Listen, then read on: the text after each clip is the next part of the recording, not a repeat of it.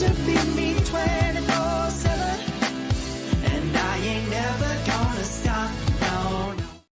Well, welcome back to my channel. If it's your first time here, then hi, welcome, my name is Do Darling, or if you've been watching me for a while now, then thanks for sticking around. So in today's video, we are going to be talking about Rhapsody Over London. If you don't know what that is, basically Queen and Adam Lambert have, well, they've just finished their European tour, and they filmed one of those shows in London, and they have made it available for people to purchase tickets to watch it online. Now, when I first saw this, I was super excited because I've never seen a Queen and Adam Lambert like full concert show, and I did not get the opportunity to go see them live.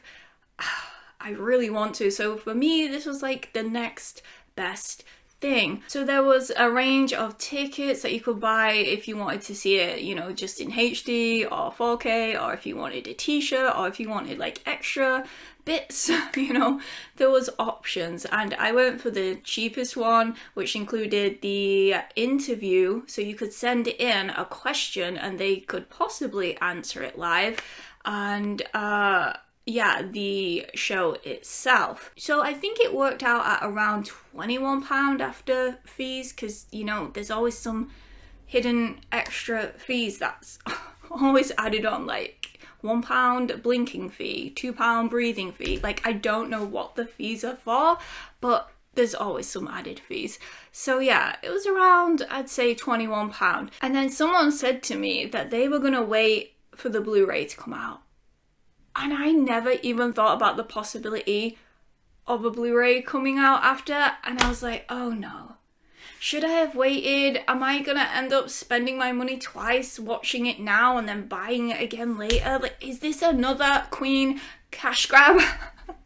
This is what I was thinking. But then I thought about it, it's kind of like going to the cinema to watch a film. If me and my partner had gone to the cinema, it would have cost the same amount, and then afterwards, if I liked it and the Blu-ray of the film came out, I probably will buy it too. So that was my kind of reasoning. So what did I think, and was it worth the money? So on the day, it was like 15 minutes until it was going live, and I still couldn't get it to work because I was trying to watch it just like via the internet on the smart TV, but apparently that doesn't work. And thank gosh for my friend Med, who also purchased a ticket and was like watching it with me, for telling me, go get your laptop, get this HDMI cable and plug it in. And I'm not good with technology, so I was like stressing, but that was user error. Because from that point on, it was perfect. There was no glitches, no lagging, no, the quality was great. It was 1080p, you know. Yeah, it streamed perfectly for me, and you know, you could chat with the other people that was watching too. And so yeah, the first thing it did was show the interviews, and I was like, please let them pick me. Please let them pick my question. But they didn't. But, you know, I understand. There was probably a lot of people that sent questions in. Did you send a question in? Let me know what the question was if you did.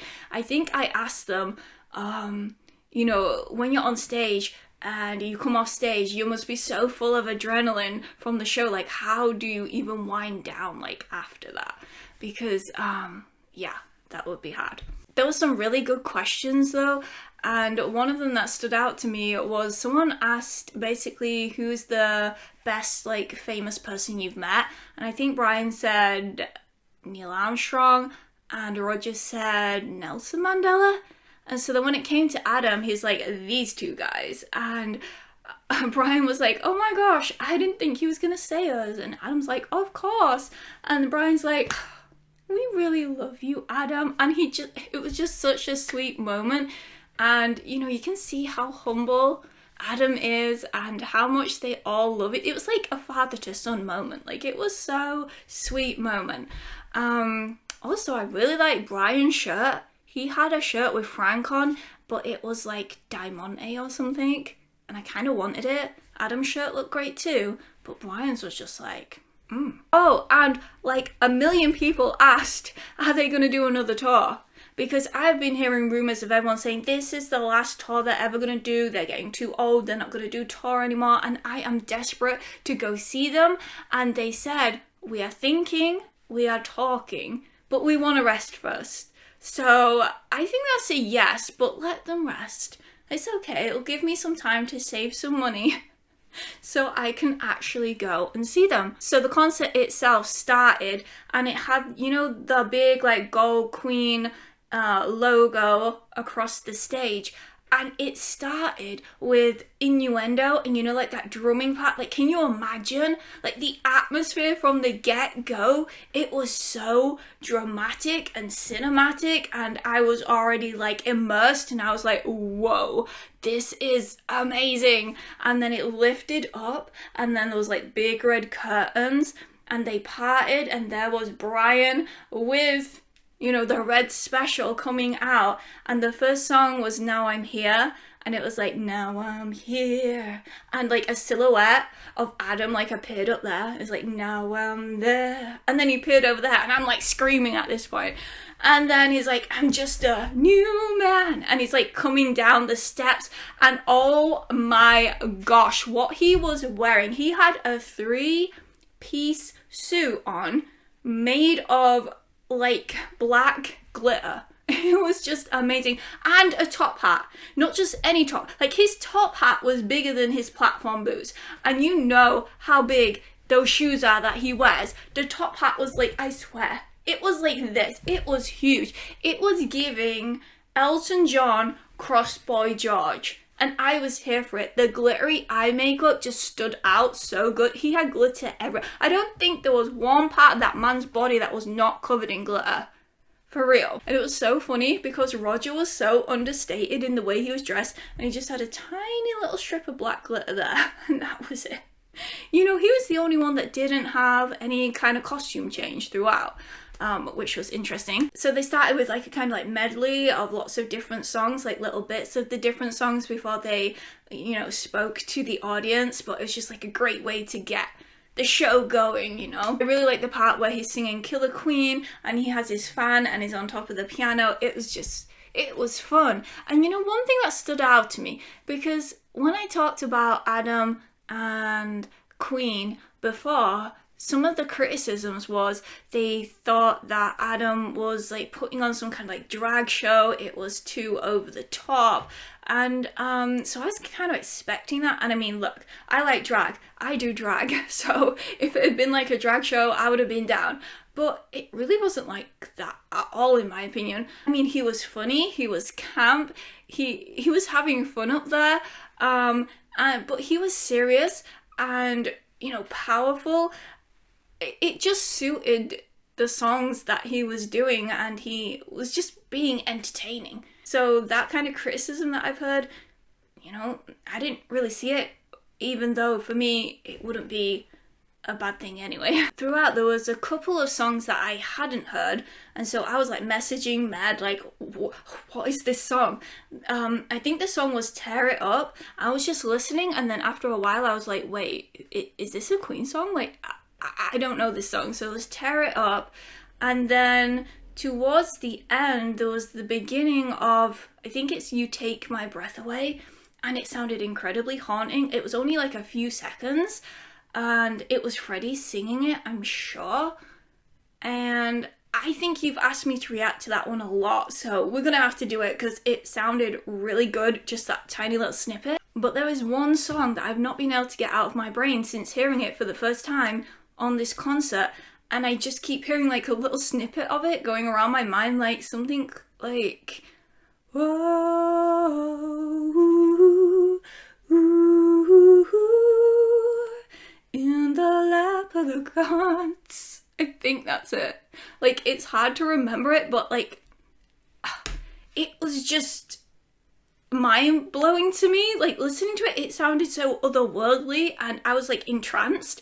And I want to know more about this song, and I want to hear this song. And does Freddie sing this song? Obviously, maybe. I don't know. Like, can you tell me what is the best version of this song? Because I need to react to it. So that is going to be the next reaction, because this song has a grip on me right now. I can't stop thinking about it from watching this concert. Like, what is this heavenly, like, otherworldly? Like, what is this song? think I'm in love with it already, and I need to hear it, so please let me know.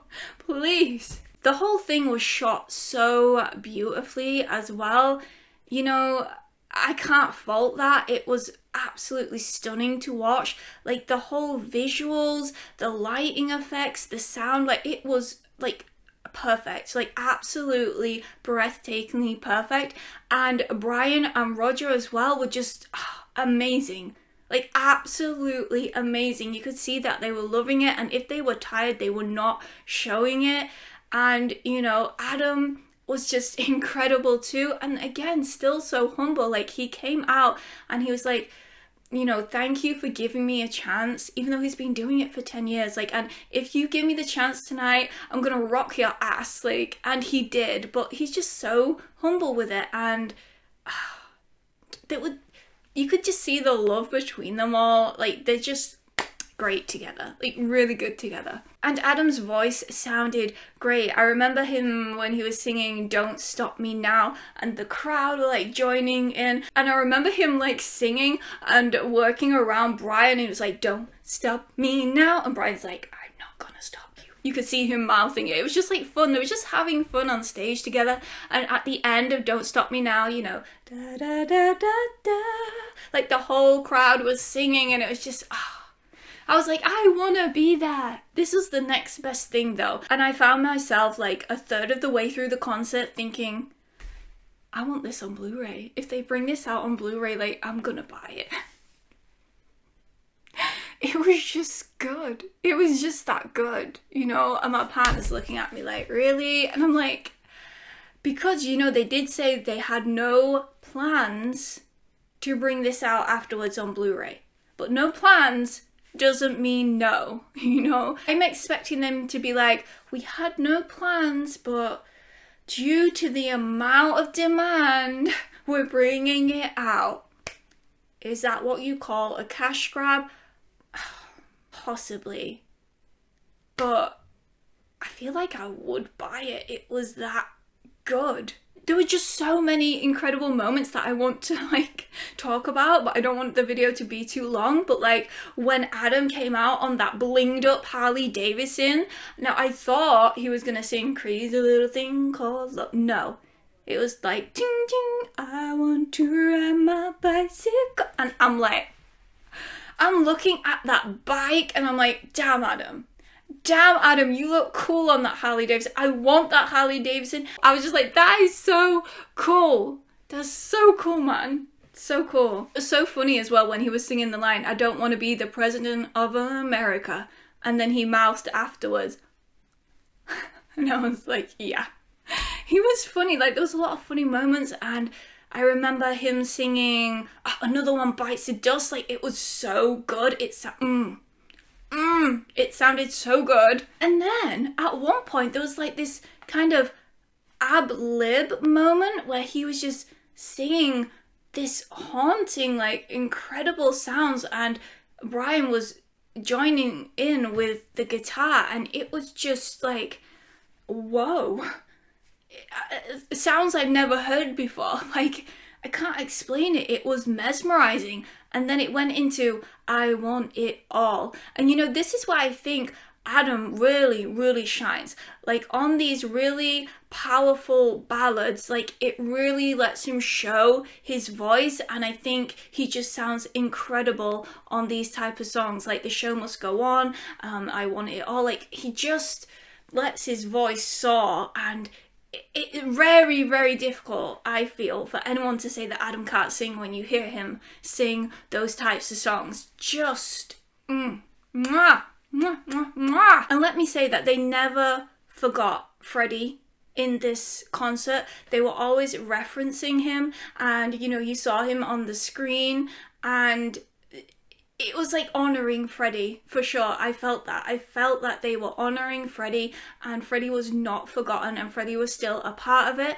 Especially, for example, when Brian's singing Love of My Life, and when the whole room is like lit up with the lights, to be able to just make that happen, it was just so magical. And yes, I could almost imagine Freddie sat on the stool, you know, next to Bri, singing this song. And so when he came up on the screen, Freddie, so it was Freddie and Brian together, and when Freddie started singing, the whole atmosphere, like the whole room just changed. Like my breath was just taken away. There's just something about Freddie that just, even in a video form, like he can do it even in a video form. Like the whole room was just, and everyone was just looking at Freddie, and just his voice is just like no one else's, and he's just so special. Like Freddie is just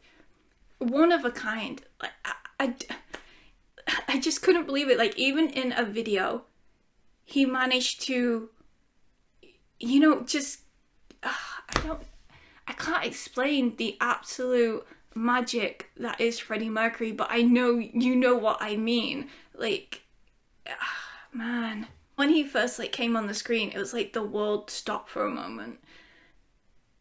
It was just breathtaking, and just like missed him so much. But just like hearing his voice, it just reminded me how no one sounds like Freddie. Like no one can do it like Freddie. He's just, it's just something else. Freddie's just something else. After Love of My Life, Brian goes into 39, which can I say was freaking amazing. Like it was just amazing. I was singing along, even the instrumental part.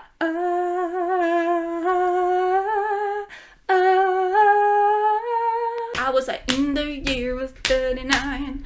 Like it was incredible. The crowd loved it, and I think after that, Roger came down, because they were like, you know, you had the part from the stage, like, I don't know what this, the runway I call it, like you're doing a catwalk. They was like at the end of this, and then Roger came down with his drums, and they started playing These Are the Days of Our Lives, and oh my gosh, I mean that song gets me every time, but like just after seeing Freddie as well, it was just like, oh my gosh.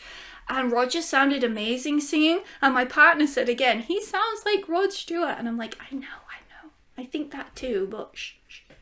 But yeah, he sounded amazing, and they sung that song, and in my heart, like I was not gonna cry in front of my partner. I was being tough, like I'm not gonna cry, but inside I was crying. And they did a song dedicated to like Taylor Hawkins as well, which I think was Under Pressure. I know how much they were friends with him, so that must have been a big loss for them. And then Adam had another costume change, if I remember correctly. He came out in a kilt. In a kilt, with trousers still underneath. Maybe just in case, you know, because I heard what Scottish people, you know, so maybe he didn't want anything to, you know, be shown. But it looked cool. I feel like I've been talking for the longest time, but there were so many spectacular points that I want to touch on, because then I started hearing Freddie's voice coming in and out, and it's a kind of magic, and this part was just incredible. The colours, the lights, like it was just literally magical. Like it's a kind of magic. It was one of my favourite points. And at the same time, Brian is playing guitar, and he starts shooting freaking flares out of the end of his guitar, just like the music video for It's a Kind of Magic. And my mind at this point is like blown. Like there's Freddie like singing backup vocal at the start. There's Brian shooting like flames out of his guitar. Like there's colours of everything. It was just so magical. Like it was incredible. I can only imagine what it was like actually in person there, because even watching at home, I was like, oh my gosh, my mind is blown. And then Adam comes on with like big sparkly flares, and like I was like, is this the end? Because it was like a finale piece. Like it was amazing. Was it the end? No. There was so much more to come, but I was like, how are you going to get better than that? It was incredible, that part. Like, absolutely incredible. You have to see it. Like, you really do have to see it. And I think it went into Adam singing Who Wants to Live Forever, which, by the way, I think was the best song that he sang. Like, it sounded absolutely mind-blowing. Like, he singing that was just perfect. Like, it was so good. It was stunning. And the visuals, you know, the lighting effects while he was singing, it was just Like, my mind was being constantly, multiply blown. So thanks for that, Adam and Queen, for multiply blowing my mind. And if you thought that was enough, no. Brian May starts floating up into freaking space on some kind of, I don't know, comet, asteroid, meteoroid, like, I don't know the technical terms, but he was on this big ass rock, and he was up in space, and he was in a galaxy, and this was Brian May living out the Brian May fantasy. I mean, had the planets aligning around him, and he started playing some tune which I recognised, and I said, this is from the Hovis advert, and my partner was like, no, it's not. Messaged Med, got him to Google, yes it was. I was right. It was like mind-bending. He was like up in space, floating around, playing sounds on his guitar I've never seen. Like, he was like, I don't know what he was doing to his guitar, but the sounds that were coming out it were unearthly. Like, I'd never heard it before.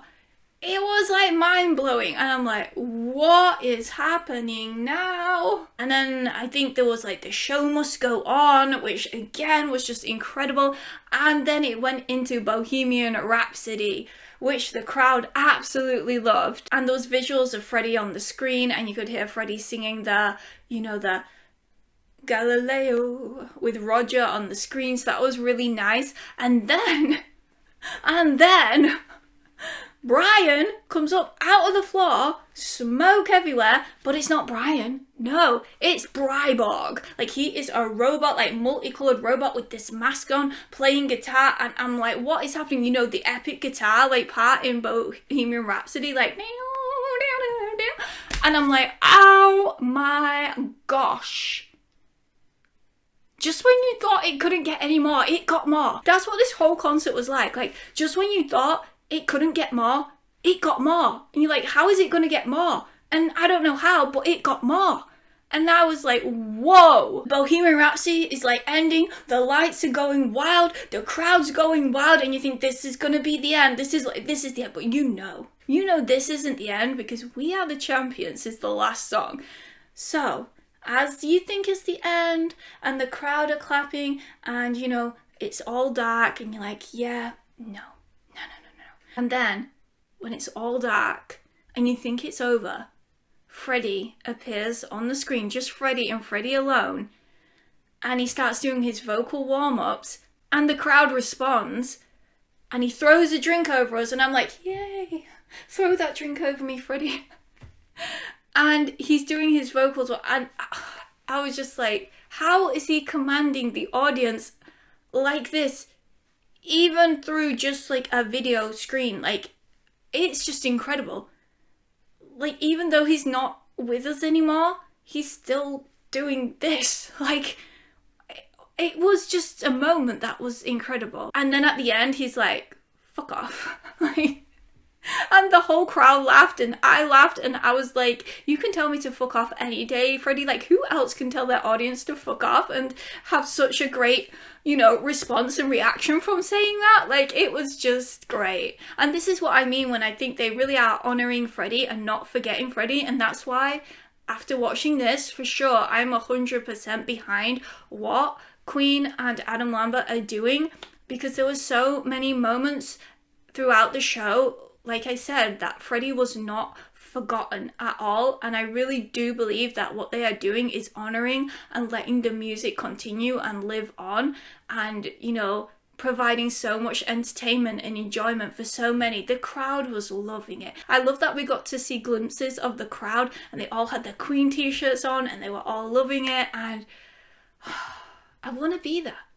I want to be at one of these shows. I have to make it happen.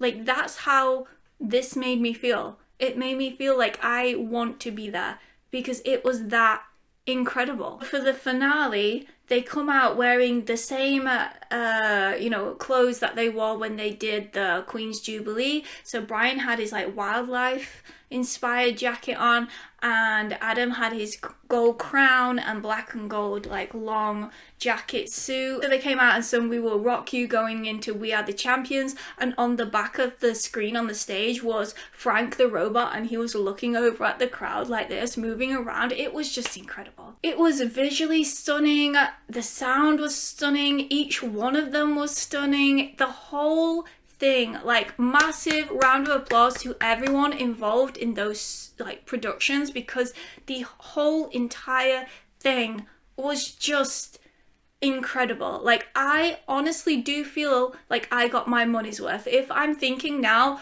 was this concert worth it to watch online? 100%. I've watched it twice now. And I was loving every single moment of it, and I 100% feel like I got my money's worth. And yes, I would buy this on Blu-ray because it is that good. And I went into this thinking that I wasn't going to buy it on Blu-ray if it came out. Now I'm praying that they are going to bring it out on Blu-ray. Like, I can't tell you how good it was. Like, if you haven't seen it and it does come out, like, I don't want to make you spend your money. I don't want to be a bad influence, but if you do happen to have some spare cash, I would say get it. You won't regret it. Like, there is stuff in here that you just have to see. It was just incredible. Like, so incredible, believe me. So that is my thoughts and review of Rhapsody Over London, Queen and Adam Lambert. If you couldn't tell, I absolutely loved it. I'm sorry this video was so long, but there was just so much to talk about. But my questions for you are, did you see it? Did you get a ticket? If so, which one did you get? Because I was eyeing up that poster because, you know, the artwork looked actually good, but I was like, no. But at the same time, I'm kind of like, I wish I kind of did. Did you have any problems streaming it? Did it stream okay for you? And finally, if they do bring it out on Blu-ray, will you buy a copy? Let me know in the comments below. Now, if you did like this video, please make sure you subscribe, turn on the bell. That way you'll get a notification when I upload another video, and I will see you in the next one. Bye!